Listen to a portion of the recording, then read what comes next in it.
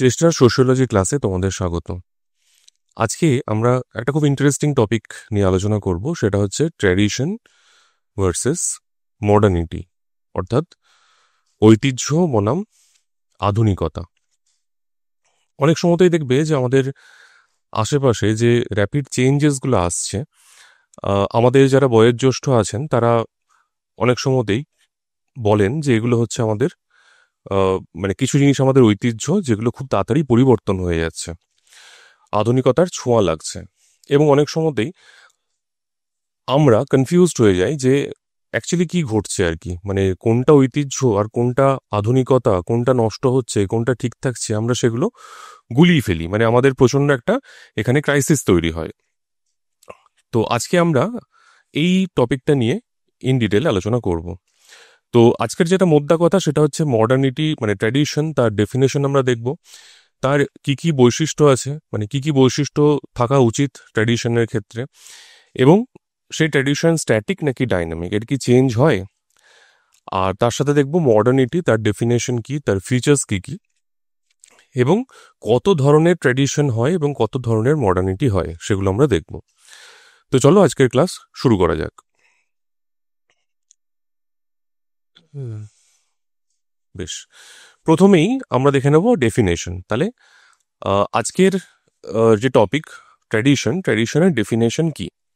তাহলে ট্র্যাডিশন মানে হচ্ছে it refers to the set of beliefs, values, customs, practices, rituals and social institutions that are আচ্ছা, আমি প্রথমে এইটুকু অংশ বলি। তাহলে এগুলো কি? এগুলো বেসিক্যালি হচ্ছে সেট অফ বিলিফ, কিছু বিশ্বাস, কিছু মূল্যবোধ, কিছু কাস্টমস, রীতিনীতি, কিছু প্র্যাকটিস যেগুলো আমরা মানে অনুশীলন করে চলেছি, কিছু রিচুয়াল, এটাও রীতি, এবং তার সাথে হচ্ছে কিছু সামাজিক সংস্থা, প্রতিষ্ঠান, ঠিক আছে, যেগুলো হচ্ছে বেসিক্যালি এই সবগুলো একসাথে সংমিশ্রণ, সবই হচ্ছে এগুলো tradition that are transmitted from one generation to another, অর্থাৎ এগুলো একটা জেনারেশন থেকে জেনারেশনে ট্রান্সমিট হচ্ছে,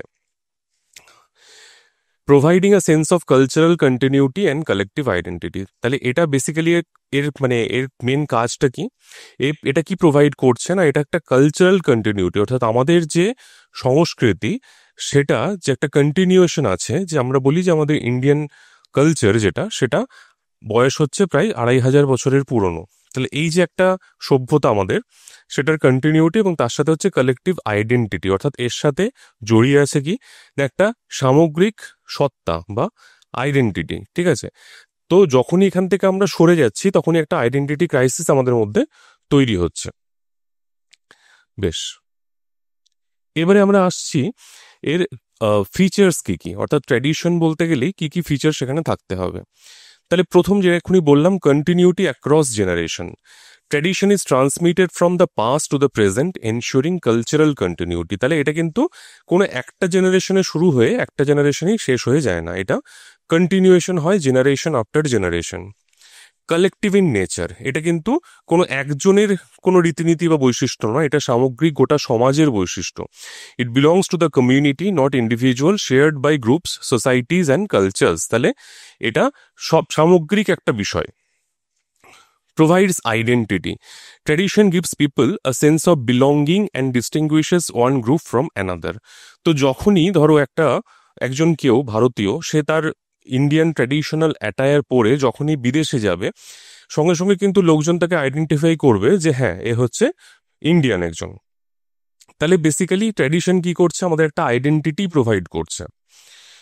নর্মেটিভ ফাংশন, তার মানে কি না, এগুলো বেসিক্যালি নর্মস হিসেবে কাজ করে, act as a guide to behaviour, prescribing what is acceptable and what is not. তাহলে এগুলো নর্ম হিসেবে কাজ করে, যে এগুলো প্রশ্নাতীতভাবে এটাই করতে হবে, এটাই করা উচিত, কেন বড়দের প্রণাম করতে হবে না, এটাই করতে হয়, এটাই করা হয়ে এসছে, তারা হচ্ছে গুরুজন।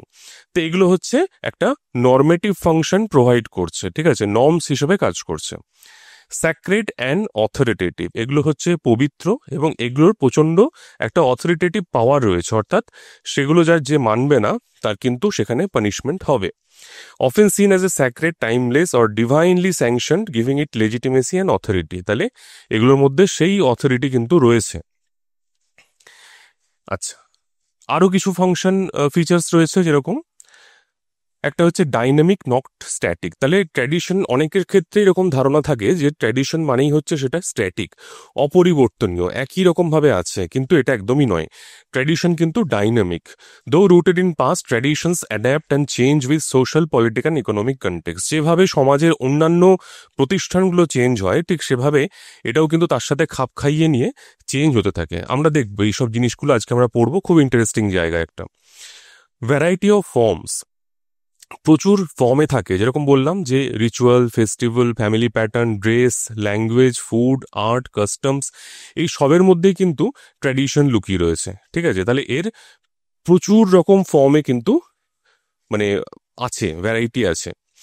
আচ্ছা, রেজিস্ট্যান্স টু চেঞ্জ, হ্যাঁ, তবে যেটা বললাম যে ডাইনামিক যদিও, তবে কিন্তু রেজিস্ট্যান্স টু চেঞ্জ এখানে একটা বর্তমান থাকে, অর্থাৎ ট্র্যাডিশন কিন্তু সহজে তাকে চেঞ্জ করা একটু দুঃসাধ্য, তার মধ্যে একটা মানে প্রতিরোধ করার ক্ষমতা একটা রয়েছে। Traditions often resist rapid change because they are deeply ingrained in social life. তাহলে সামাজিক জীবনে সেটা এতটাই মানে গভীরভাবে প্রথিত আছে যে সেখানে কিন্তু কি হচ্ছে না, তাদের সহজে পরিবর্তন করা বা চেঞ্জ করা কিন্তু দুঃসাধ্য। ইন্টিগ্রেশন ফাংশন, তাহলে কি বলছে না, এটা সোশ্যাল সলিডারিটি বাড়াচ্ছে, অর্থাৎ সমাজের মধ্যে যে একাত্মতা, ঠিক আছে, সেই বিষয়টা, সেই জিনিসটাকে এনহ্যান্স করছে, বাড়াচ্ছে। Creates social solidarity by uniting people through common practice and beliefs. তাহলে সামাজিক মানে যদি আমি সামাজিক কার্যকারিতা বলি এর, তাহলে হচ্ছে এটাই যে সমাজের মধ্যে সংহতি বাড়াচ্ছে, ঠিক আছে, সোশ্যাল সলিডারিটি বাড়াচ্ছে। ট্রান্সমিশন থ্রু সোশ্যালাইজেশন, তাহলে এটা কিভাবে ছড়ায়, মানে এটা একটা জেনারেশন থেকে একটা জেনারেশনে ছড়ায় কিভাবে না, সোশ্যালাইজেশনের মাধ্যমে। সোশ্যালাইজেশন কিভাবে হয় না, যখন প্রথম একটি শিশু ভূমিষ্ঠ হচ্ছে, সে থাকছে একটি মাটির তালের মতন, তাকে যেভাবে গড়া হবে, তা একটা বাঙালি শিশুকে যদি কেউ জন্মাবস্থায়, জন্মানোর পরেই যদি তামিলনাড়ুতে গিয়ে তামিল কালচারে বড় করে, সেখানকার ট্র্যাডিশন শেখায়, তাহলে কিন্তু তার মধ্যে বাঙালি ট্র্যাডিশনের কোনো ঐতিহ্য, কোনো কিছু তার মধ্যে খুঁজে পাওয়া যাবে না। তার কারণ কি না, তার কারণ হচ্ছে এটা সোশ্যালাইজেশন সেখানে ঘটেনি, ঠিক আছে, সেখানে সে তামিল সোশ্যালাইজেশন প্যাটার্নের মধ্যে সে অভ্যস্ত হয়ে গেছে। তো এটা কিন্তু মানে ইন্ডিয়ান নয়, অর্থাৎ এটা যাকে বলে আমরা বেসিক ইনস্টিংক্ট নয়, যে জাস্ট জন্মালেই সে বাঙালি হয়ে বড় হবে, সেটা বিষয়টা কিন্তু এরকম টাইপের নয়। তো আমরা যেরকম দেখি কি, একটা বাচ্চা যখন জন্মাচ্ছে তাকে কিন্তু বলতে হয় না বা শেখাতে হয় না যে তাকে মায়ের দুধ খেতে হবে, তাই বাই নেচার এমনভাবে তৈরি করা হয়েছে যে সে কিন্তু সঙ্গে সঙ্গেই মাতৃস্তন্য পান করতে শুরু করে দেয়। কিন্তু এই জিনিসটা যেহেতু এটা একটা মানে সামাজিক একটা বিষয়, ট্র্যাডিশনটা, সেই জন্য কিন্তু এটা সোশ্যালাইজেশনের থ্রু দিয়ে করতে হয়, এটা কিন্তু বায়োলজিক্যাল ইনস্টিংক্ট নয়। Past through family, education, religion and community interaction, তাহলে এই সবগুলোর মধ্যেই কিন্তু এই ট্র্যাডিশন প্রবাহিত হতে থাকে একটা জেনারেশন থেকে একটা জেনারেশন। মোস্ট ইম্পর্টেন্ট হচ্ছে ফ্যামিলি, তারপরে এডুকেশন, স্কুল একটা গুরুত্বপূর্ণ ভূমিকা পালন করে, রিলিজিয়ন, এবং তার সাথে হচ্ছে কমিউনিটি ইন্টারাকশন, বিভিন্ন উৎসব, রিচুয়াল, ফেস্টিভ্যাল, এসব। আচ্ছা, কিছু এক্সাম্পলস এখানে দেওয়া রয়েছে, প্রচুর এক্সাম্পলস আছে ইন্ডিয়ান ট্র্যাডিশনের। আমরা এখানে যেহেতু আমরা ইন্ডিয়ান সোসাইটি পড়ছি, তাই আমাদের মুখ্য মানে প্রতিপাদ্য বিষয় হচ্ছে ভারতের ঐতিহ্য। তো ভারতের ঐতিহ্যের মধ্যে প্রথমেই হচ্ছে নমস্তে গ্রিটিং। দেখবে যে তুমি যে কোনো রাজ্যেই যাও না কেন, সেখানে মূল প্যাটার্ন কিন্তু একই, ঠিক আছে, সেটা তোমার নমস্কার হোক বা ওয়ানাক্কম হোক, ঠিক আছে, যাই তুমি দেখবে মানে নমস্তে থেকে শুরু করে ওয়ানাক্কম অবধি, উত্তর থেকে দক্ষিণ, সব জায়গায় কিন্তু এই যে হাত জোর করে গ্রিটিংস, এটাই কিন্তু একটা মানে পুরোপুরি যাকে বলি আমরা প্যাটার্ন গোটা ইন্ডিয়া জুড়ে। এটা একটা ভারতীয় ঐতিহ্যের একটা মূল জায়গা। এবং দেখবে বিদেশিরা যখন ধরো কোনো বিদেশি ক্রিকেট টিম খেলতে আসে, বা যখন ধরো কোনো বিদেশি এদেশে আসে, ওরা যেটুকু হোমওয়ার্ক করে আসে, এসেই দেখবে সবাইকার সাথে নমস্তে নমস্তে করতে শুরু করে। তার মানে ওরা কিন্তু জানে যে এটাই হচ্ছে বেসিক্যালি এখানকার ট্রেডিশন, এইভাবেই ট্রিট করা হয়। বেশ, নেক্সট হচ্ছে joint family system. Joint family system মানে কালেক্ট, একসাথে একসাথে সবাই, অনেকগুলো মানে তোমার হচ্ছে জেনারেশন একসাথে একটা জায়গাতে থাকছে, তাদের মধ্যে কাজ ভাগ করা আছে, একসাথে তারা সমস্ত দায়িত্ব পালন করছে, এটা হচ্ছে জয়েন্ট ফ্যামিলি, এটা একটা ইম্পর্টেন্ট ট্র্যাডিশন। ফেস্টিভ্যালস, ঠিক আছে, যে কোনো ধর্মের ফেস্টিভ্যাল হোক না কেন, তার একটা ইন্ডিয়ান আমেজ রয়েছে, সেটা কিন্তু মানে যতই বিদেশি ফেস্টিভ্যাল হোক না কেন, ধরো তোমার ক্রিসমাস সেলিব্রেশন হচ্ছে, সেটা যে তোমার যেরকমভাবে অন্যান্য ক্রিশ্চিয়ান মেজরিটি কান্ট্রিতে যেভাবে সেলিব্রেট হয়, আমাদের কলকাতায় পার্ক স্ট্রিটে যেভাবে সেলিব্রেট হয়, সেটা কিন্তু কোনো অংশে কম নয়। তো এটার একটা লোকাল ফ্লেভার রয়েছে, ঠিক আছে। অনেকে আমরা তাচ্ছিল্য করে বলি যে যীশু খ্রিস্টের জন্ম তো বোধহয় ওই পার্ক স্ট্রিটেই হয়েছিল, অ্যালফ্রেড পার্ক না কি নাম, ওইখানেই হয়েছিল। না, ভুল বললাম, যে কি একটা পার্ক আছে, ওই পার্কেই হয়েছিল। আচ্ছা, দেন নেক্সট হচ্ছে পিলগ্রিমেজ ট্র্যাডিশন, ঠিক আছে। এখানে মেনলি হিন্দু ধর্মের যেসব তীর্থস্থান রয়েছে, বুদ্ধ ধর্মের যেসব তীর্থস্থান রয়েছে, জৈন ধর্মের যেসব তীর্থস্থান রয়েছে, এগুলো সবগুলোই তো তোমার সেই ট্র্যাডিশনের অংশ, ঠিক আছে। নেক্সট হচ্ছে তোমার বিভিন্ন মেলা, এই যে তোমার চারধাম যাত্রা, কুম্ভ মেলা, ঠিক আছে, এসবগুলো তার মধ্যে পড়ছে, যেগুলো আমরা তীর্থযাত্রা বলছি। আচ্ছা, ট্র্যাডিশনাল কুইজিন, ঠিক আছে। একজন ধরো বিদেশ থেকে আসছে, সে এসে কি খাবে না, সে একটা সাউথ ইন্ডিয়ান থালি, একটা বাঙালি থালি, একটা গুজরাটি থালি, একটা রাজস্থানি থালি, এরকম করেই তো আমাদের ট্র্যাডিশনাল কুইজিন যেটা, সেটা মানে সেটার মার্কেটিং করা হয়, ঠিক আছে। তো এটাও কিন্তু একটা ট্র্যাডিশনের পার্ট। আয়ুর্বেদা বেস বিভিন্ন ফুড হ্যাবিটস, মানে এখানে হচ্ছে তোমার কি না, ওই যে বিভিন্ন রকমের যে তোমার মানে কোন খাবারটা খেলে শরীরের জন্য ভালো, ঠিক আছে, সেই যে জ্ঞানগুলো, এগুলো তার পার্ট। ড্রেস ট্র্যাডিশন, আমরা জানি ধুতি, শাড়ি, মাথায় পাগড়ি, বিভিন্ন রিজনাল ভ্যারিয়েশন, রাজস্থানের যে আইডেন্টিটি, সেই কালারফুল পাগড়ি পরা। আচ্ছা, রিচুয়ালস অ্যান্ড সেরেমনিস, তাহলে কি কি এখানে দেখছি ওয়েডিং এর ক্ষেত্রে হিন্দু ওয়েডিং এ সপ্তপদী, কন্যাদান, এইসব যে রিচুয়ালগুলো আছে, থ্রেড সেরেমনি যেটা ব্রাহ্মণদের মধ্যে দেখা যায়, ঠিক আছে, এই সবই হচ্ছে তোমার এই ট্র্যাডিশনের পার্ট।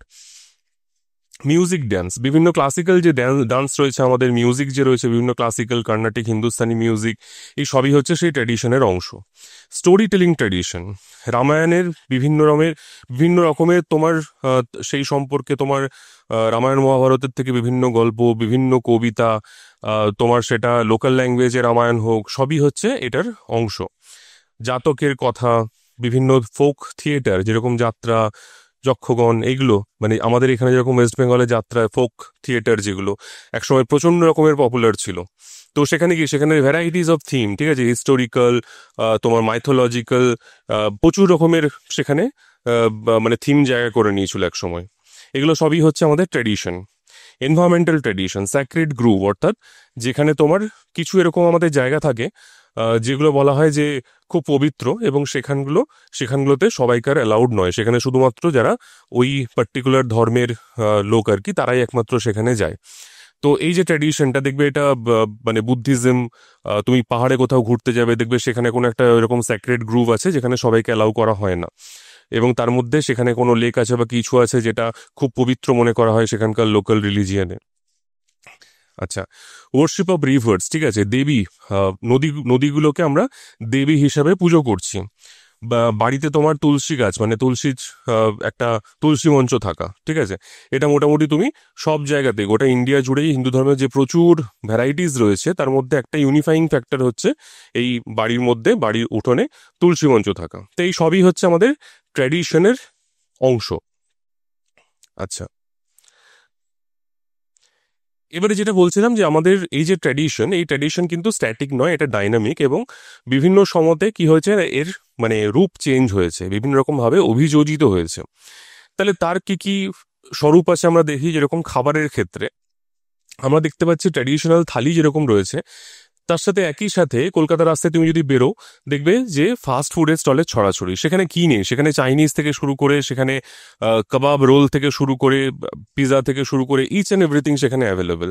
এমনকি যেগুলো মাল্টিন্যাশনাল ব্র্যান্ড, যেরকম পিৎজা, ঠিক আছে, পিৎজার ধরো তোমার ডমিনোস পিৎজা কি করছে এখানে ভারতে আসার পর, সেখানে সে কি করছে না, পনির পিৎজা, ঠিক আছে, বা তোমার হচ্ছে যে মানে এরকম টাইপের কি বলে ওটাকে, তন্দুরি পিৎজা, এরকম টাইপের লোকাল ফ্লেভারওয়ালা পিৎজা এখানে তৈরি করছে। অর্থাৎ পিৎজা আসছে কোথার থেকে, পিৎজা যে একটা ইটালিয়ান ডিশ, এর সাথে ভারতের কোনো সম্পর্ক নেই, ঠিক আছে।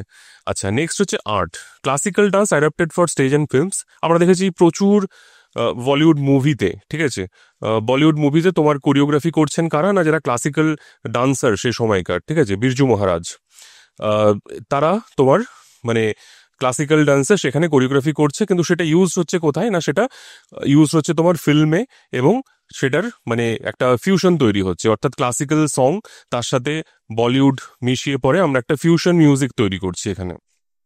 মধুবনী ওয়ার্লি পেন্টিং যেগুলো ট্র্যাডিশনাল আর্ট, সেগুলো কি হচ্ছে, সেগুলো জায়গা পাচ্ছে কোথায় না কোনো মডার্ন ধরো টেক্সটাইলে, মডার্ন তোমার ব্যাগের মধ্যে, ব্যাগের উপরে, ঠিক আছে, এগুলো এরকমভাবে ইউজড হচ্ছে।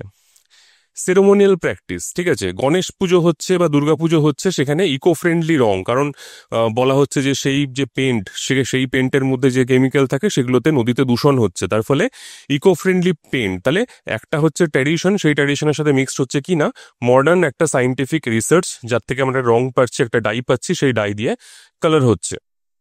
বিয়ের ক্ষেত্রে কার্ড, ঠিক আছে, কার্ডের জায়গায় এখন জায়গা করে নিচ্ছে কি না ইনভিটেশন, ইমেলে ইনভিটেশন চলে যাচ্ছে। আচ্ছা, ড্রেস ফ্যাশন, এখন দেখবে যে তোমার আহ, আহ, শাড়ি পরে তোমার পাশে বাউন্সার নিয়ে নিচে একটা কোট মতন কি একটা পরে, হ্যাঁ, লোকে ঘুরে বেড়াচ্ছে, অদ্ভুত দেখতে লাগছে, বাট সেটাই হচ্ছে কিনা মডার্ন লুক আর কি, ট্র্যাডিশন শাড়ির সাথে একটা মডার্ন লুক। তো এরকম তো অনেকেই, ধরো ছেলেরা পাঞ্জাবি পরছে জিন্সের সাথে, মেয়েরা কুর্তি পরছে জিন্সের সাথে, তাহলে একদিকে ট্র্যাডিশন আর একদিকে একটা মডার্ন জিনিস এখানে মিক্স করছে। আচ্ছা, music and performing arts, classical রাগ যেটা বললাম একটু আগেই, যে ক্লাসিক্যাল রাগ যেটা, সেটা বলিউডে ইউজ হচ্ছে, বিভিন্ন বলিউড মানে ফেমাস ফেমাস সং এরকম আছে যেগুলো তুমি যদি দেখো যে খুব ভালো করে স্টাডি করো বা রিসার্চ করো, দেখবে তার পিছনে কিন্তু কোনো একটা ক্লাসিক্যাল রাগের উপর বেস করে সেই গানটা তৈরি করা হয়েছে। তুমি শুনে বুঝবে না সেটা ক্লাসিক্যাল গান, বাট সেটা পরবর্তীকালে শুনতে পাবে, দেখতে পাবে যে সেগুলো অ্যাকচুয়ালি রাগের উপর বেস, রাগাশ্রয়ী গান। আচ্ছা, নেক্সট হচ্ছে রিলিজিয়ান অ্যান্ড রিচুয়াল, ঠিক আছে, একদিকে তোমার মন্দিরে পুজো হচ্ছে, বা তার সাথে জুড়েছে কি না অনলাইন দর্শন, তুমি লাইভ সবসময় 24 ঘন্টা তোমার ক্যামেরা ফিট করা আছে, সেখানে অনলাইন দর্শন হয়ে যাচ্ছে, পুজোর লাইভ স্ট্রিমিং হচ্ছে। যেরকম ধরো এই কোভিডের সময় গঙ্গাসাগর মেলা বলা হলো যে পুরো লাইভ স্ট্রিমিং হবে। আচ্ছা, কিউআর ডোনেশন, ঠিক আছে, মন্দিরের দান বাক্সে তার জায়গায় কিউআর রাখা রয়েছে যে তোমার যাতে দিতে সুবিধা হয়, তো এইভাবে মডার্নাইজেশন ঘটছে। আচ্ছা, এডুকেশন, এডুকেশনে দেখা যাচ্ছে কিনা গুরু শিষ্য পরম্পরা যেটা ছিল বৈদিক পরম্পরা, সেটা এখন হয়ে যাচ্ছে কিনা modern university, yoga school, online course, ঠিক আছে, এসবে এসে আস্তে আস্তে সেটা ট্রান্সফর্মড হয়েছে। Environmental lifestyle, traditional ecological practice, ঠিক আছে, যেরকম sacred grove, rain water harvesting, revived in sustainable development models. তাহলে এই যে তোমার স্যাক্রেড গ্রুপস, ঠিক আছে, স্যাক্রেড গ্রুপসের মধ্যে কি বলা হচ্ছে না সেখানে অ্যাক্টিভিটি, যে কোনো রকমের অ্যাক্টিভিটি সেগুলো লিমিটেড থাকবে। এখন কি বলছে, এখন আমরা সেই যাতে আস্তে আস্তে মানে এতদিন পরে এসে বলছি হ্যাঁ এটাই হচ্ছে সাস্টেনেবল ডেভেলপমেন্ট, বা নেচারকে পুরোপুরি শেষ করে দিয়ে যদি কোনো ডেভেলপমেন্ট হয় সেটা কিন্তু অ্যাকচুয়াল ডেভেলপমেন্ট নয়। তো আস্তে আস্তে সেই যে আমাদের প্রাচীন যুগের মানে রেন ওয়াটার হারভেস্টিং যেসব সিস্টেম ছিল সেগুলো নতুন করে এখন আমাদেরকে আবার ইন্ট্রোডাকশন করাতে হচ্ছে মডার্ন সাইন্টিফিক আর কি রিসার্চের উপর। আচ্ছা, family and kinship, joint family ideals reshaped into nuclear families but with strong festival and homecoming bonds. তাহলে দেখো এখন মানে তোমার হচ্ছে যে মাইগ্রেশন ঘটেছে, যে তোমার মানে আরবানাইজেশন, এখন লোকজনকে বাইরে বেরোতে হয়েছে, বাইরে বেরোনোর ফলে কি না ধরো এখানকার কলকাতার ছেলে সে ব্যাঙ্গালোরে কাজ করছে, কিন্তু মানে তার তার বাবা মা আছে এখানে, সে নিজে তার ফ্যামিলি আছে ওখানে, আলটিমেটলি যখন মানে দুটো নিউক্লিয়ার ফ্যামিলি দু জায়গাতে আছে, বাট বন্ড রয়েছে যে যখন পুজো আসছে তখন কিন্তু যত মানে তার মানে আর্জেন্সি থাক না কেন সে কিন্তু ঠিক ছুটি নিয়ে পরে বাড়ি ফিরছে। তাহলে এই যে একটা বন্ড, যে হ্যাঁ পুজোর কদিন অ্যাটলিস্ট তারা তিনটে জেনারেশন, বাবা মা ছেলে তার আবার নাতি নাতনি, তিনটে জেনারেশন একসাথে পুজো কাটাচ্ছে, তাহলে এটা হচ্ছে কিন্তু জয়েন্ট ফ্যামিলির একটা মানে কি বলবো বেঁচে থাকা রূপ আর কি, ঠিক আছে, যে এটা এখন অবধি কিছুটা হলো এইভাবে টিকে আছে, সাময়িকভাবে হলেও টিকে রয়েছে। আচ্ছা, স্টোরি টেলিং, ঠিক আছে, রামায়ণ মহাভারত, যে রামায়ণ মহাভারত মানে যেটা বেসিক্যালি হচ্ছে তোমার আমাদের বলা হয় এগুলো তোমার হচ্ছে এপিক্স, ঠিক আছে, মহাকাব্য, সেইগুলোই পরবর্তীকালে টিভিতে, ওটিটিতে অ্যানিমেটেড ফিল্ম হিসেবে সেগুলো আবার নতুন করে মানে একই জিনিস রিফর্মে আসছে। তাহলে এগুলো সবই হচ্ছে কি না ট্র্যাডিশন, তার সাথে সেটা অ্যাডাপ্ট করছে নতুন মাধ্যমে, নতুন মিডিয়ামে। আচ্ছা, তো মোটামুটি এই বাদ দিয়েও প্রচুর জায়গা রয়েছে যেগুলো তোমরা চিন্তা করলে, একটু ভালো করে চিন্তা করলেই মানে খুঁজে পাবে, যেরকম প্রচুর জায়গা আমাদের দৈনন্দিন জীবনে আছে যেখানে ট্র্যাডিশন এবং তার সাথে হচ্ছে যেমন একটা এক্সাম্পল আমি দিচ্ছি যে তোমরা বেশি রিলেট করতে পারবে, সেটা হচ্ছে যে ধরো অ্যারেঞ্জ ম্যারেজ আমাদের একটা ট্র্যাডিশন। মানে এই জিনিসটা তুমি যদি বিদেশে গিয়ে কাউকে বলো, সে বিশ্বাসই করতে পারবে না যে ইন্ডিয়াতে এরকম সিস্টেমে বিয়ে হয়, যে দুজন দুজনকে চেনে না জানে না, দুজনকার ফ্যামিলি তারা খোঁজ পেলো ঘটকের মাধ্যমে এবং তারা একবার মিট করলো, দুজনকে মিট করালো, ব্যাস মিক্স মানে ফিক্স হয়ে গেল, ব্যাস এটাই হয়ে এসছে। এরকম তো আমরা প্রচুর গল্প শুনেছি যে দুজন দুজনকে বিয়ের আগে দেখেইনি, প্রথম ছাতনাতলায় বিয়ে হচ্ছে, সে সময় প্রথম শুভদৃষ্টির সময় প্রথম দেখেছে বা ছবিতেই প্রথম দেখেছিল, ব্যাস তারপরে সামনাসামনি আর দেখা হয়নি, বিয়ে হয়ে গেছে। এগুলো লিটারেলি কিন্তু বিদেশি কাউকে বললে পরে তার অদ্ভুত লাগবে শুনতে, বাট এগুলো আমাদের খুব নর্মালাইজড এবং এটা আমাদের ট্রেডিশন অ্যারেঞ্জ ম্যারেজ। এখন অবধি ম্যাক্সিমাম ম্যারেজ কিন্তু অ্যারেঞ্জ ম্যারেজ হচ্ছে দেশে, কিন্তু তার মধ্যে একটা দেখবে যে এখন একটু অ্যাডাপ্টেশন এসছে। কিরকম না, ফিক্স হচ্ছে, ফ্যামিলি ফিক্স করছে, তারপর 1 বছর পর বিয়ে, অর্থাৎ একটা কোর্টশিপ পিরিয়ড সেখানে আনা হচ্ছে, যে হ্যাঁ দুজন দুজনকে চিনুক ভালো করে, কথাটা বলুক, ঘুরুক একটুখানি, তারপরে গিয়ে পরে বিয়ে হবে। তাহলে কি না, এখানে একটু আমরা মডার্নাইজেশন দেখতে পাচ্ছি। মানে যেটা ছিল আমাদের ট্র্যাডিশনাল ফর্ম, তার থেকে একটুখানি হলেও আমরা এটাকে ট্রান্সফর্ম করতে পেরেছি। বেশ,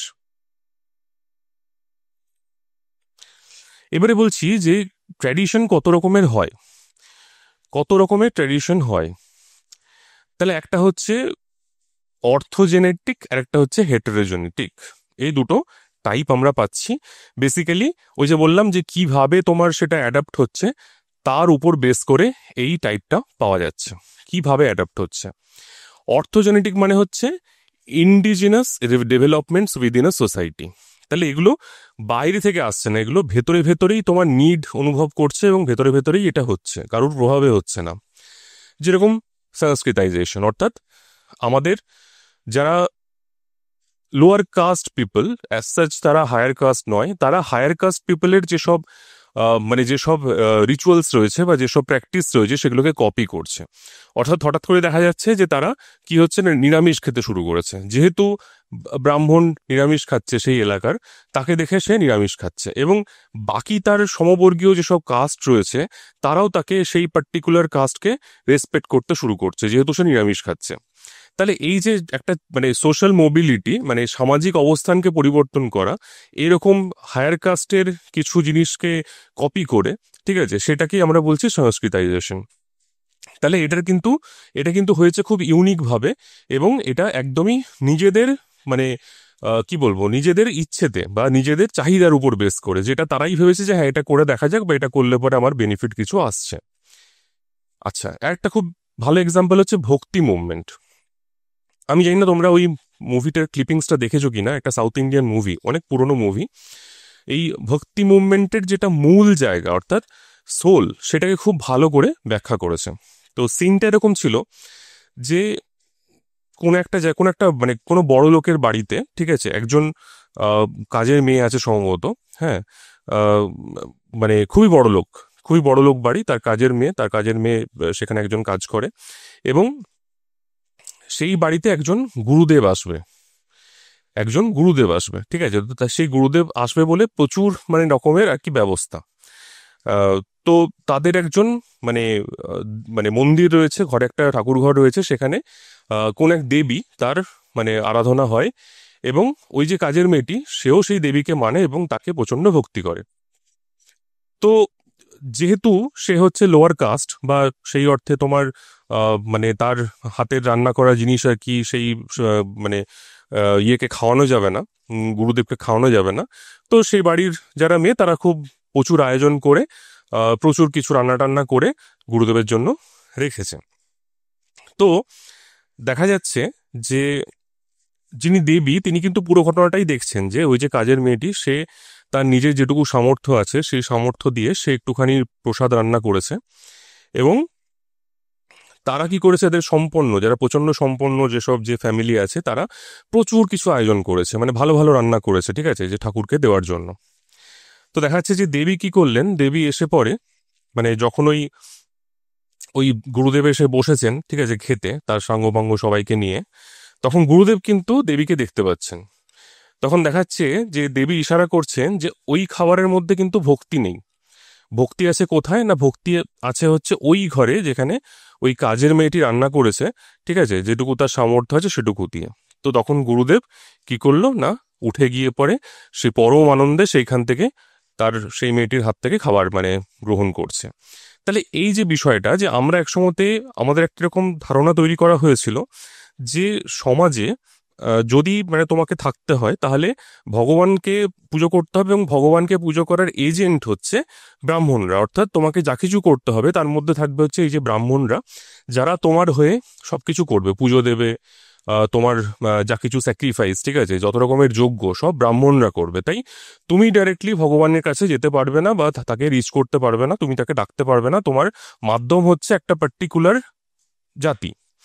তো এই যে ধারণা, এই ধারণা থেকে ভক্তি আন্দোলন কিন্তু তার থেকে সরে এলো, বললো যে না, যেটা দরকার সেটা হচ্ছে ভক্তি। তুমি রাজা, পাষণ্ড রাজা, তুমি জাস্ট কিছু ব্রাহ্মণকে নিয়োগ করে তুমি ভগবানের জন্য যজ্ঞ করছো, তোমার মধ্যে ভক্তি বলে কিচ্ছু নেই, তোমার মধ্যে কোনো চরিত্র নেই, তুমি ভাবছো তার ফলে আমি আমি মানে আমার কর্মফল ভালো হবে, সেই ধারণাটাই ভুল। আসল হচ্ছে ভক্তি। তোমার মধ্যে যদি ভক্তি থাকে, তুমি যেটুকু তোমার মধ্যে সামর্থ্য আছে তুমি তাই দিয়ে যদি ভগবানকে ডাকো, তোমাকে কোনো মাধ্যম বা মিডিয়ামের দরকার নেই, তুমি কিন্তু তার কাছে পৌঁছাতে পারবে। তাহলে এই ধারণা নিয়ে কিন্তু ভক্তি আন্দোলন শুরু হয়েছিল।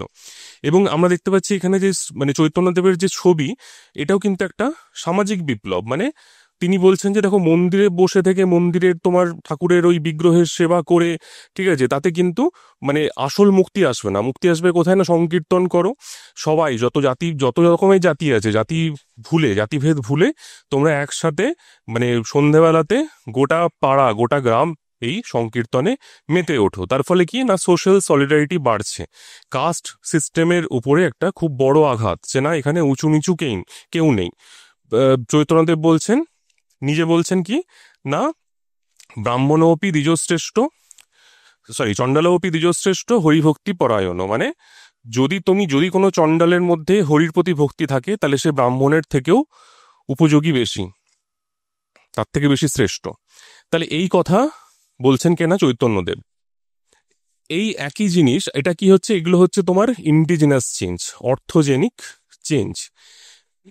নেক্সট আসছি আমরা হেটেরোজেনিক চেঞ্জে, অর্থাৎ যেটা আসছে বাইরে থেকে, ঠিক আছে, যেটা আমাদের ইন্ডিজিনাস নয়, যেটা বাইরে থেকে আসছে বিভিন্ন সংস্কৃতির বিভিন্ন ট্র্যাডিশনের সংস্পর্শে আসার পরে। যেরকম কি না, এই একটা আইডিয়াল তার এক্সাম্পল।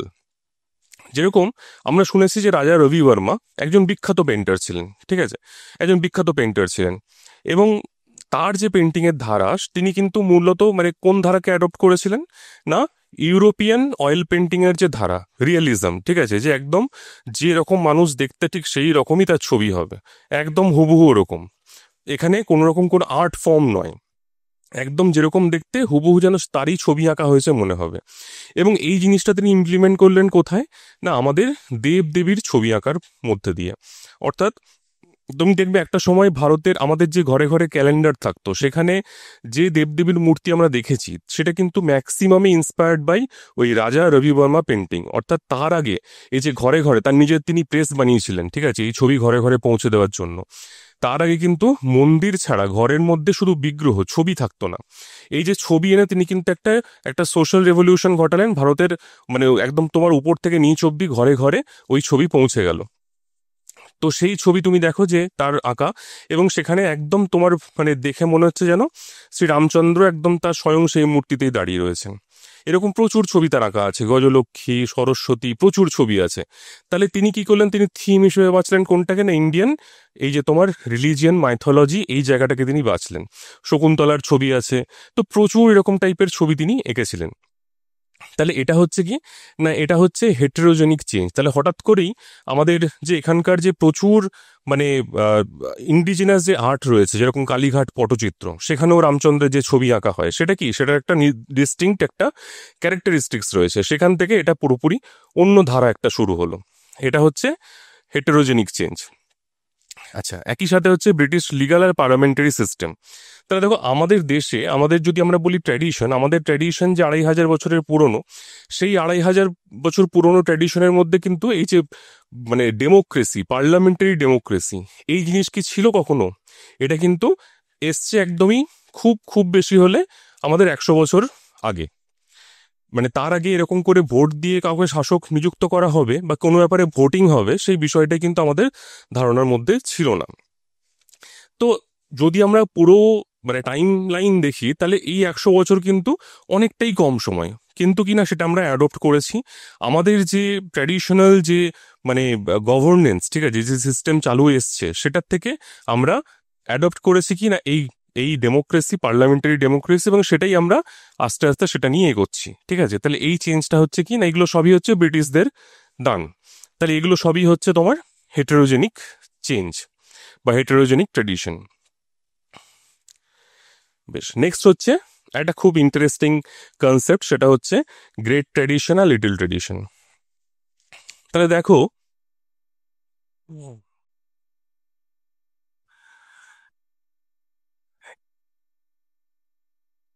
অ্যানথ্রোপোলজিস্ট রবার্ট রেডফিল্ড, মানে আমেরিকান একজন অ্যানথ্রোপোলজিস্ট, তিনি মেক্সিকোর গ্রামে যখন রিসার্চ করতে গেলেন, ফিল্ড স্টাডি করতে গেলেন, তখন এই জিনিসটা প্রথম তিনি উপলব্ধি করলেন কি না, দেখছেন তিনি দেখলেন যে গ্রেট ট্র্যাডিশন আর লিটল ট্র্যাডিশন দুটো প্যারালালি সেখানে বিলং করছে। এটা এক্সাম্পল দিলে জিনিসটা ভালো করে বোঝা যাবে। একটা হচ্ছে বৃহৎ ঐতিহ্য, একটা হচ্ছে ক্ষুদ্র ঐতিহ্য। গ্রেট ট্র্যাডিশন কি, যেটা হচ্ছে formal, literal and elite culture, ঠিক আছে, স্ক্রিপচার, ক্লাসিক্যাল, আর্ট, ফিলোসফি, এগুলো হচ্ছে সব গ্রেট ট্র্যাডিশন। এগুলো কিন্তু সাধারণ মানুষের ধরাছোঁয়ার বাইরে। এগুলো বহুদিন অবধি আমাদের দেশে সাক্ষরতার হার, মানে সবাই যে পড়াশোনা করবে সেই বিষয়টাই শুরু হয়েছে খুব লেটেস্ট, মানে খুব মানে রিসেন্ট আর কি, ঠিক আছে। তার আগে কিন্তু পড়াশোনাও সবাই করতো না, মানে করার প্রয়োজন হতো না কোনো, কেন করবে বেকার। তো এই যে বিষয়টা, যে এই জিনিসগুলো তাহলে কাদের, যারা যারা এলিট, যারা হচ্ছে তোমার সেই অর্থেই পড়াশোনা করা লোক, তাদের মধ্যেই এই বিষয়গুলো সীমাবদ্ধ ছিল। এবং এটা এটা একটা মানে গ্রেট ট্র্যাডিশন, যেটা হচ্ছে লিখিত, যেটা সারা মানে ভারত জুড়ে বিলং করছে, ঠিক আছে, বা সেটা একটা মানে একটা সমাজের মধ্যে সর্বত্র বিচরণ করছে, সেটা হচ্ছে গ্রেট ট্র্যাডিশন। যেরকম বেদ, উপনিষদ, ক্লাসিক্যাল ডান্স, এগুলো কিন্তু সবাই আমরা জানি। আমি এখানে একটা এক্সাম্পল দিচ্ছি, তোমার শিবপুরাণ। 18টা মহাপুরাণের মধ্যে একটা হচ্ছে শিব মহাপুরাণ। এই শিব মহাপুরাণের মধ্যে তুমি রুদ্রাভিষেক এই রিচুয়াল পাবে, তুমি মহাশিবরাত্রি অনুষ্ঠান এই এই সম্পর্কে লেখা রয়েছে। কিন্তু মানে এগুলো গোটা ভারত জুড়ে হচ্ছে, বিভিন্ন শিব মন্দিরে পালন হচ্ছে, ঠিক আছে, সবাই জানে। তুমি পূর্ব থেকে পশ্চিম, উত্তর থেকে দক্ষিণ যাও, সব জায়গায় কিন্তু এই রিচুয়াল হচ্ছে। কিন্তু ভারতের তুমি প্রত্যন্ত জায়গায় গিয়ে দেখবে সেখানে কিছু না কিছু লোকাল ভ্যারিয়েশন রয়েছে। এখানে আমি এক্সাম্পল হিসেবে নিয়েছি এই যে তোমার চড়ক। দেখবে যে চৈত্র মাসে আমাদের এখানে যে গাজন উৎসব হয়, শিবের গাজন, সেখানে এই জিনিস দেখা যায়, ঠিক আছে। এরা হচ্ছে শিবের ডিভোটি। লোকাল যে শৈবাইট কালচার, ঠিক আছে, সেখান থেকে এই এই মানে মেলা বা এই রিচুয়ালসের জন্ম। এখানে দেখবে সে জিভের মধ্যে বান ফোড়ে, গোটা শরীরের মধ্যে তোমার হুঁক লাগায়, ঠিক আছে। তো এগুলো হচ্ছে একান্তই তোমার মানে স্পেসিফিক টু বেঙ্গল। এবং এই জিনিসটা তুমি শিবপুরাণে কিন্তু এর উল্লেখ তুমি পাবে না। আর এটা শুধুমাত্র এটা ইউনিক নয়, এরকম তুমি তামিলনাড়ুতে যাও সেখানেও তুমি দেখতে পাবে, তুমি গুজরাটে যাও সেখানে পাবে। প্রত্যেক জায়গাতে এরকম কিছু কিছু জিনিস থাকে, ফোক জিনিস, যেগুলো হচ্ছে লোকাচার, যেগুলো তুমি এই মেন স্ট্রিম লিখিত যে শিব মহাপুরাণ আছে সেখানে তুমি সেগুলো পাবে না। তাহলে এই যে লিটল ট্র্যাডিশন, এগুলো কি না, এগুলো হচ্ছে local folk oral practice of common people. এগুলো হচ্ছে একদম নিম্ন স্তরের মানুষদের, ঠিক আছে, এটা এলিটদের কালচার এটা নয়, এটা হচ্ছে জনমানসে এই জিনিসটা আছে। তুমি দেখবে যে সব কারা পার্টিসিপেট করছে তুমি তাদেরকে খুব ভালো করে লক্ষ্য করবে। যেরকম হচ্ছে village deity, folk song, regional fair, এগুলো এগুলো কিন্তু সারা ভারতের যে ইয়ে তার সাথে ম্যাচ করবে না, কিন্তু লোকালি সেগুলো প্রচন্ড ডিস্টিংক্ট। ভারতে এই পুরো দুখানা কালচার, গ্রেট ট্র্যাডিশন এবং লিটল ট্র্যাডিশন, দুখানা ট্র্যাডিশন খুব স্পষ্টভাবে কিন্তু মানে বজায় আছে। মানে ওনার যে রিসার্চ তিনি মেক্সিকোতে খুঁজে পেয়েছিলেন, সেটাই পরবর্তীকালে আমরা দেখেছি যে ইন্ডিয়াতে যারা আমাদের শ্রীনিবাসন যেরকম খুব স্পেসিফিক্যালি আর কি এই কথা বলেছেন এখানে। আচ্ছা, নেক্সট হচ্ছে সেক্রেড ভার্সেস সেকুলার ট্র্যাডিশন। তাহলে দেখো, একটু একটু আগেই বললাম যে ট্র্যাডিশনের তোমার মেনলি কিছু ট্র্যাডিশন থাকে যেগুলো ধর্মের সাথে লিঙ্কড, যেরকম temple ritual, pilgrimage, festivals, Kumbh Mela, এগুলো হচ্ছে ধার্মিক মানে কিছু ঐতিহ্য যেগুলো হিন্দু ধর্মের সাথে বিলং করছে। একইভাবেই কিছু সেকুলার আমরা ট্র্যাডিশন পাচ্ছি, যেগুলো হচ্ছে social, cultural, political traditions without religious base, যেগুলোর সাথে রিলিজিয়ানের কোনো সম্পর্ক নেই, যেরকম জয়েন্ট ফ্যামিলি, এটা সব ধর্মই দেখতে পাওয়া যাচ্ছে। এখানকার যারা ধরো ইসলাম ধর্মাবলম্বী, সেখানে তুমি গ্রামে যাও, সেখানেও দেখবে জয়েন্ট ফ্যামিলি এক সময়তে খুব ভালোভাবে ছিল। এখন হয়তো সবাই ডিজেনারেট করছে, বাট সে সময়তে সেখানেও ছিল। পঞ্চায়েতি রাজ সিস্টেম, ঠিক আছে, যেটা সেটার সাথে কিন্তু মানে একটা গ্রামে যদি হিন্দু মুসলিম সবাই আছে, সবাই কিন্তু ওই পঞ্চায়েতের আন্ডারেই বিচার পাচ্ছে। স্টোরি টেলিং ফর্মস লাইক যাত্রা, এখানে দেখো যাত্রার ছবি দিয়েছে। একসময়তে বাংলার গ্রামে গ্রামে যাত্রা চরম রকম পপুলার ছিল। ইভেন আমরাও ছোটবেলাতে মনে আছে যে ওই 7 দিনের যাত্রা উৎসব দেখতে লাস্ট দিনকে কোনো বড় কোনো যাত্রা হতো, ফেমাস কোনো যাত্রা হতো, সে সিজন টিকিট কেটে যেতাম।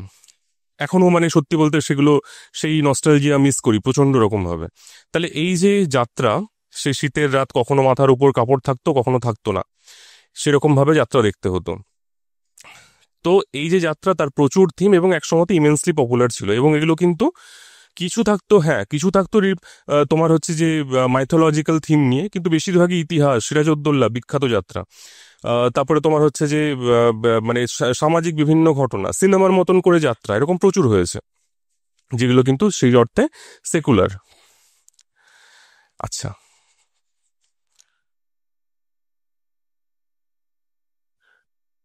আচ্ছা, আরেকটা খুব ইম্পর্টেন্ট এখানে মানে কনসেপ্ট, সেটা হচ্ছে ইনভেন্টেড ট্রেডিশন। ইনভেন্টেড ট্রেডিশন কি না, এখানে বলছে এই যে এরিক হবসবম, তিনি এই জিনিসটা লক্ষ্য করেছিলেন, প্রথম নাম দিয়েছিলেন ইনভেন্টেড ট্র্যাডিশন। আমাদের চারপাশে এরকম অনেক জিনিসই আছে যেগুলোকে আমরা মানে যদি তার ইতিহাস না জানি তাহলে মনে হবে যে সেগুলো আমাদের ট্র্যাডিশন, 2500 বছরের পুরনো ট্র্যাডিশন। কিন্তু যখন আমরা সেটার ইতিহাস পড়ছি, দেখছি যে না, এটা কিন্তু আমাদের ওই রকম করে কোনো বিশাল প্রাচীন ঐতিহ্য কিন্তু নয়। যেরকম যেটা আমরা ইতিহাসে পড়েছি, মানে গণেশ উৎসব, গণেশ চতুর্থী মহারাষ্ট্রে, শুধু মহারাষ্ট্র কেন, মানে মহারাষ্ট্র, দক্ষিণ ভারত, উত্তর ভারত সব জায়গাতেই তোমার গণেশ চতুর্থী পালিত হতো। মহারাষ্ট্রে ঘরে ঘরে যেরকম ভাবে আমাদের এখানে লক্ষ্মী পুজো হয়, ঘরে ঘরে গণেশ গণেশ ঠাকুর নিয়ে এসে মানে গণপতি উৎসব পালন হচ্ছে। তিলক প্রথম রিয়েলাইজ করলেন যে এই যে মানে ন্যাশনালিজমকে যদি জাগাতে হয় তাহলে আমাদেরকে ইউনিফাই হতে হবে, এবং ইউনিফাইং করার সব থেকে ভালো মাধ্যম হচ্ছে রিলিজিয়ান। তিনি বললেন যে গণেশকে এবারে ঘরের বাইরে নিয়ে এসো, সার্বজনীন গণেশ উৎসব পালন করা শুরু করো। তাহলে সেই যে তোমার 1896-97 সময় থেকে যে গণেশ উৎসব শুরু হলো, আজকের দিনে দাঁড়িয়ে কিন্তু এটা একটা বিশাল বড় মহারাষ্ট্রের সার্বজনিক উৎসবে পরিণত হয়েছে। কিন্তু জাস্ট এটার মানে আমি যদি ট্র্যাডিশন হিসেবে ধরি, মাত্র 110 মানে 25 বা 35 বছরের পুরনো মাত্র, তার আগে কিন্তু এটা ছিল না। তাহলে এই যে ইনভেন্টেড ট্র্যাডিশন, এগুলো বেসিক্যালি এগুলোর একটা উদ্দেশ্য নিয়ে তৈরি করা হয়। যে ট্র্যাডিশন, যেরকম আমাদের এখন ট্র্যাডিশন হচ্ছে রিপাবলিক ডেতে একটা বিশাল বড় প্যারেডের আয়োজন হয় দিল্লিতে, এটা হচ্ছে আমাদের ট্র্যাডিশন। আমাদের এখানকার সার্বজনীন দুর্গাপুজো, দুর্গোৎসব, এই যে বিভিন্ন থিমের দুর্গোৎসব, এগুলো কিন্তু এগুলোর মানে আমদানি কিন্তু খুব রিসেন্ট। এগুলো মানে প্রচুর দিনকার নয়, দুর্গাপুজোর মানে সার্বজনীন দুর্গোৎসব এমনিতেই খুব রিসেন্ট। তাহলে এগুলো সবই হচ্ছে কিন্তু মানে বাঙালিদের ট্র্যাডিশনে দুর্গাপুজো চলে এসছে, একদম সত্যি কথাই। কিন্তু মানে তুমি কল্পনা করো যে মানে আজ থেকে তোমার ধরে নাও যে প্রায় 100-150 বছর আগে, সেই সময়তেও কিন্তু এই সার্বজনীন দুর্গোৎসব সেভাবে হতো না, কয়েকটি বাড়িতে মাত্র হতো, বনেদি বাড়িতে, এবং সেখানে সবাইকার প্রবেশাধিকার ছিল না। তাহলে এই যে জনমানসে সবাই মানে সব ধর্ম বর্ণ নির্বিশেষে সবাই যে উৎসবে মাতছে, সেই বিষয়টা তখন পসিবল ছিল না। তাহলে এই সার্বজনীন দুর্গোৎসব আসার পরই কিন্তু এই যে সবাই পুজোতে মেতে ওঠা, এই বিষয়টা কিন্তু এসছে। আচ্ছা, বেশ, নেক্সট হচ্ছে লিভিং ভার্সেস ডিক্লাইন ট্র্যাডিশন। কিছু ট্র্যাডিশন যেগুলো খুব মানে অদ্ভুতভাবেই আরো বেশি করে ফুলে ফেপে উঠছে, যেরকম এই যে দুর্গাপুজোর ট্র্যাডিশন, যেটা হয়তো তখন খুব রিলেক্টেন্টলি শুরু হয়েছিল যে আদৌ এটা চলবে কিনা, বাট তারপরে কিন্তু দেখা যাচ্ছে যে এটার মানে বৈভবে, এর খরচের দিক থেকে আস্তে আস্তে আরো বেশি উন্নত হচ্ছে। একইভাবেই তুমি দেখবে যে এই যে আমাদের হোলি, তুমি হোলি যখনই খেলা হয় সবাই জানে এটা ইন্ডিয়ান ফেস্টিভ্যাল একটা, হ্যাঁ, এবং বিদেশিরা প্রচন্ড রকম ভাবে এটাকে লাইক করে। তুমি দেখবে যে বৃন্দাবনে মানে ওই রকম সময়তে মার্চ মাসে প্রচুর টুরিস্ট আসে শুধুমাত্র এই হোলি খেলা দেখতে, এবং তারা খুব অ্যাক্টিভলি পার্টিসিপেট করে, কারণ মানে ওদের ধরনের রং কালার, মানে কালার ফেস্টিভ্যাল, ঠিক আছে। তো তারা কিন্তু এটাকে অ্যাজ সাচ কোনো ধর্মীয় ফেস্টিভ্যাল হিসেবে দেখছে না। মানে আমাদের খুব মাইনিউটলি ভাবতে হবে যে এটা কি ধর্মীয় অনুষ্ঠান নাকি সেকুলার ফেস্টিভ্যাল। দুর্গাপুজো যতক্ষণ পর্যন্ত আচার অনুষ্ঠানে সীমাবদ্ধ ছিল ততক্ষণ পর্যন্ত ধর্মীয় অনুষ্ঠান ছিল, বাট তারপরে কিন্তু যখন থেকে মানে দুর্গাপুজো মানে হয়ে গেছে ঠাকুর দেখতে যাওয়া, সেখানে প্যান্ডেলে গিয়ে কাজ দেখা, সেটা কিন্তু আর সেই অর্থে তাতে কোনো ধর্মীয় পার্টিসিপেশন আর থাকছে না। তো এটা বুঝতে হবে যে হ্যাঁ, তুমি যখন অষ্টমীর অঞ্জলি দিচ্ছ তখন সেটা হচ্ছে একটা ধর্মীয় অনুষ্ঠানে তুমি পার্টিসিপেট করছো, কিন্তু তুমি যখন সারা রাত ধরে ঠাকুর দেখছো সেখানে কিন্তু কোনো তুমি ধর্মীয় অনুষ্ঠানে পার্টিসিপেট করছো না। আচ্ছা, নেক্সট হচ্ছে ডিক্লাইনিং কিছু ট্র্যাডিশন আমাদের রয়েছে, যেরকম যেগুলো আস্তে আস্তে সময়ের সাথে সাথে সেগুলো কমে যাচ্ছে। ঠিক আছে, যেরকম আহ, যখন তোমার শহরাঞ্চলে বিয়ে হচ্ছে তখন মানে গোত্র এক্সোগামি যেটা, অর্থাৎ একই একই গোত্রে স্বগোত্রের বিবাহ হবে না, সেই বিষয়টা অনেক সময় মানা হচ্ছে না, সেটাকে অনেক রকম এদিক ওদিক করে আর কি সেটাকে মেকআপ দেওয়া হচ্ছে যে হ্যাঁ একই মানে খুব ভালো সম্বন্ধ পাওয়া গেছে, এটা হাতছাড়া করা যাবে না, কিন্তু একই গোত্র। ঠিক আছে, আগের দিনকে কেউ একজন মানে তাকে তার মা আর কি 1 টাকা দিয়ে বিক্রি করে দিল অন্য কাউকে, সে তার বাবা মা হয়ে গেল, তারা আবার বিয়ে দিয়ে দিল, তাহলে ফলে কি না ওই যে গোত্রর ব্যাপারটা কাটিয়ে দেওয়া গেল। এরকম প্রচুর ভুংভাং চলে এসছে এখন।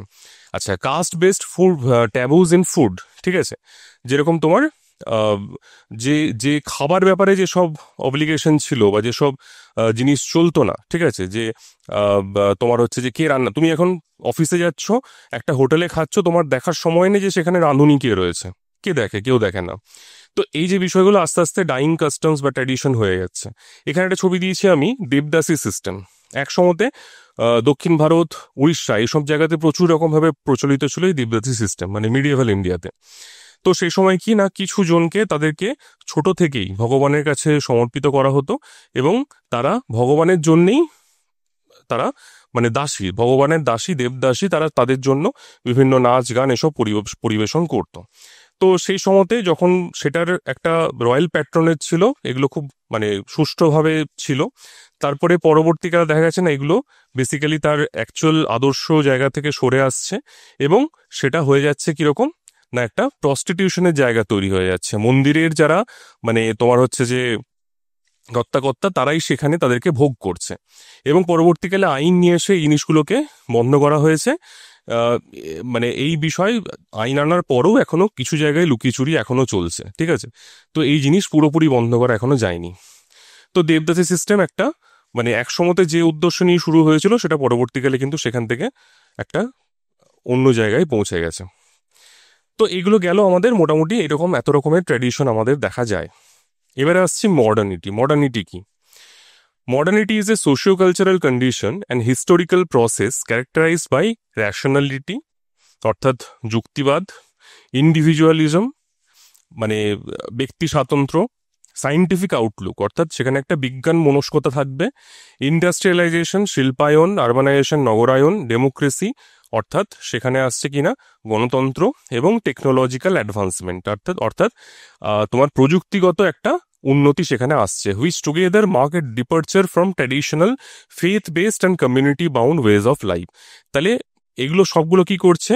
একটা ডিপার্চার ঘটাচ্ছে, অর্থাৎ সেখান থেকে সরে আসছে কোথায় না ট্র্যাডিশনাল ফেথ বেসড, অর্থাৎ তোমার যে বিশ্বাস, সে বিশ্বাসের উপর ভর করে তোমার যে বিভিন্ন বিষয় আছে সেগুলো থেকে, এবং community bound way of life থেকে তোমাকে সরিয়ে আনছে, সেটা হচ্ছে মডার্নিটি। ঠিক আছে, তাহলে এটাই হচ্ছে আধুনিকতার ডেফিনেশন। তাহলে আধুনিকতা বলতে আমরা সবাই জানি, আধুনিকতা বলতেই আমি প্রথমে যে ছবিটা দেখিয়েছিলাম যে যদি আমরা খুব ভালো করে দেখি যে এখানে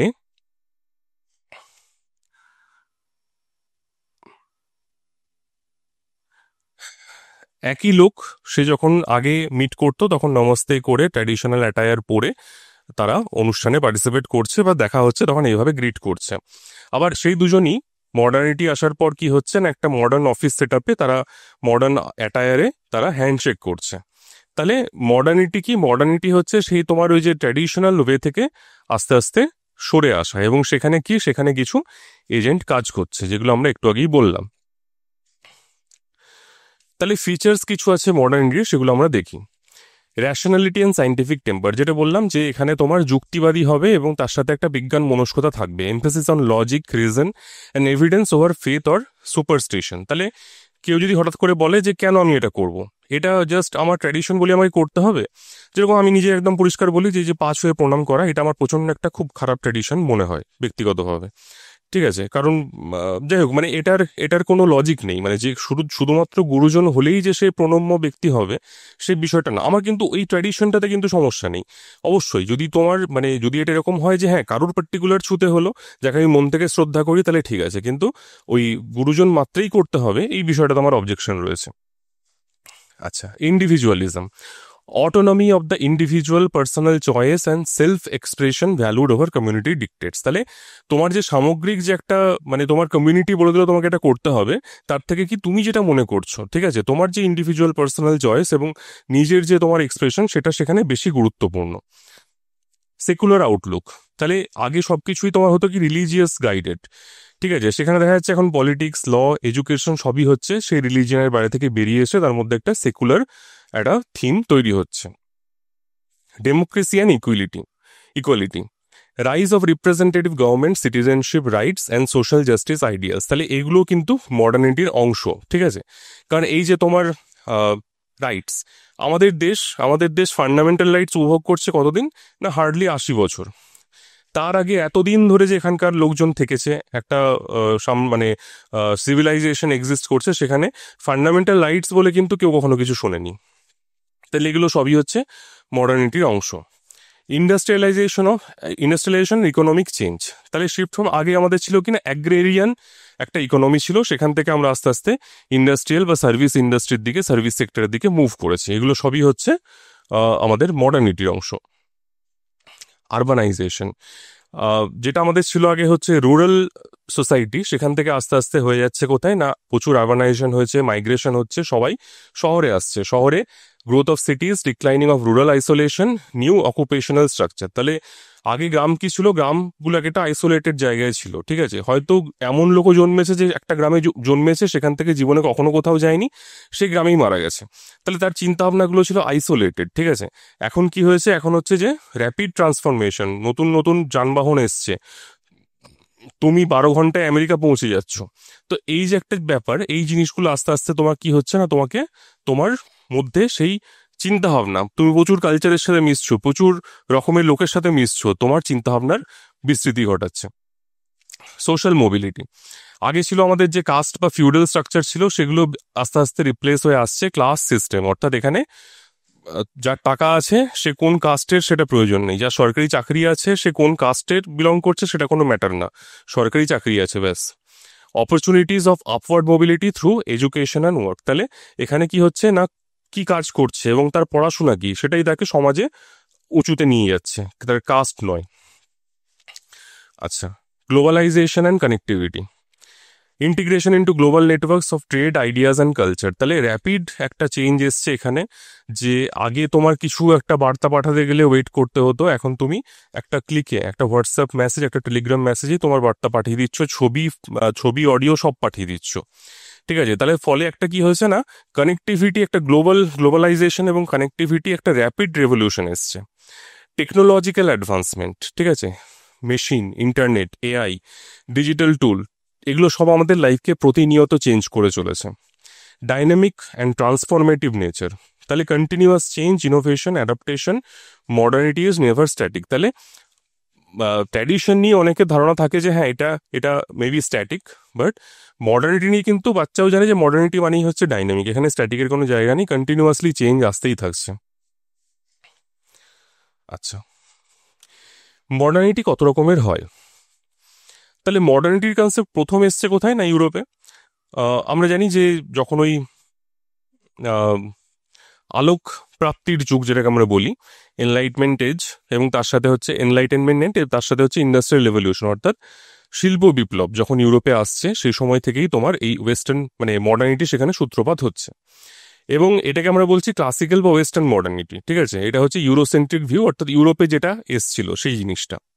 আচ্ছা, এখানে ফিচার কি কি ছিল, rationality, secularism, capitalism, nation state, science, democracy, এগুলো সবই ছিল, এগুলো সব একসাথে এসে মডার্নিটি এনেছিল। লিনিয়ার ভিউ, এখানে একটা অদ্ভুত ব্যাপার হচ্ছে ট্র্যাডিশন পুরোপুরি রিপ্লেসড হয়ে গিয়ে কি হলো না, মডার্নিটি এলো, অর্থাৎ সেখানে তাদের যে একটা মানে ঐতিহ্য যেটা ছিল সেটা পুরোপুরি চলে গিয়ে পরে একটা যে চেঞ্জ এলো সেটা কিন্তু একদম লিনিয়ার, অর্থাৎ সেখানে কোনো মিক্সচার নেই, একদম সব কিছু ঝেড়ে ছুড়ে দিয়ে তারা মডার্ন হলো, ঠিক আছে, এটাকেই বলা হলো প্রোগ্রেস। সেকেন্ড হচ্ছে কি না কলোনিয়াল বা ইম্পোজড মডার্নিটি, যেটা ভারতে কিছু ক্ষেত্রে আমাদের হয়েছে। যেগুলো ব্রিটিশ রুল যেখানে যেখানে ছিল গোটা পৃথিবীতে, সেখানেই এই জিনিসগুলো কিন্তু, শুধু ব্রিটিশ রুল কেন, যে কোনো কলোনিয়াল রুল যেখানে ছিল সেখানেই কিন্তু এই জিনিস দেখা গেছে। এখানে তারা যখন এসছে তারা হচ্ছে জাত্যাভিমানে হচ্ছে গর্বিত, তারা হোয়াইট স্কিন, তাদের দায়িত্ব হচ্ছে কিনা এখানকার যারা নেটিভ তাদেরকে সিভিলাইজড করা, অর্থাৎ সভ্য বানানো। তো সেই সভ্য বানানোর উদ্দেশ্যে তারা কি করলো না, এই মডার্নিটি অর্থাৎ তাদের modern institution, English education, legal code, এগুলো সব ইমপ্লিমেন্টেশন করা শুরু হলো। ঠিক আছে, এগুলো আবার অনেক সময়তে এই যে মানে সিভিলাইজিং এই ব্যাপারটা আবার কন্ট্রোভার্সি তৈরি করলো, যে কারা, ওই যে বিদ্যাসাগরের সে বিখ্যাত গল্প সভ্য অসভ্য, তো বেসিক্যালি মানে সভ্য কারা, ঠিক আছে, সেটা নিয়েই একটা ডাউট তৈরি হলো। তো এইটা হচ্ছে যেখানে তোমার ইম্পোস্ট বা কলোনিয়াল মডার্নিটি কোনগুলো না, যেখানে আমরা দেখতে পাচ্ছি যে কিছু জিনিস মডার্ন করার জন্য নিয়ে এসে আরোপ করা হয়েছে, সে সব জিনিসপত্র। আচ্ছা, নেক্সট হচ্ছে তোমার মাল্টিপল মডার্নিটি। এটা একটা কনসেপ্ট।